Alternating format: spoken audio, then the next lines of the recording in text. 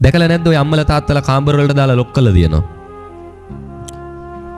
ඒ දරුවෝ දෙමාපියන්ව කාමර වල දාලා එහෙම ලොක් කරලා තියෙද්දි ඒ දරුවෝ කියන නිදහසට කියන ප්‍රධානම හේතුව මොකද්ද?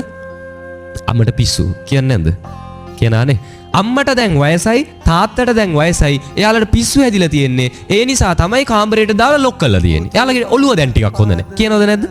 කියනවා. මම කියනවට මේ ඉන්න තරුණ අය, ওই මැදි වයසේ වැඩි හිටි අය මම කියනවට දවස් 3ක් අර වගේ කාමරයකින් එකම කාමරේ කන්න බොන්න, එකම කාමරේ මල පහ කරන්න, එකම කාමරේ නිදා ගන්න, ඒ කාමරේම ඇහැරෙන්න. කාත් එක්කවත් කතා කරන්න එපා. අපිටත් පිස්සු හැදෙයිද නැද්ද? අපිටත් පිස්සු හැදෙන්නේ. එහෙනම් අර වයෝ වෘද්ධ ඒ වයසින් වැඩි හිටි කායිකව මානසිකව දුර්වල වෙච්ච අම්මලට තාත්තලට කොහොමත් පිස්සු හැදෙයිද නැද්ද? හැදෙනවා. මතක තියාගන්න, දෙමව්පියෝ වෙනුවෙන් ගරු කරන එක දරුවන්ගේ යුතුයකමක් සහ කොහොමද දෙමව්පියන්ට ගරු කරන්නේ කියන එක පුරුදු කරන එක කාගේ යුතුයකමක්ද? එක දෙමව්පියන්ගේ යුතුයකමක් නේ. ඒ නිසා මතක තියාගන්න මේක මේ අර අශ්වයා ගියයින් පස්සේ අස්තාලේ වහලා වැඩක් වෙන්නේ නෑ. මේක පොඩි කාලේ ඉඳන් පුරුදු කරන්න. අවවාදෙන් නෙවෙයි මොකෙන්ද?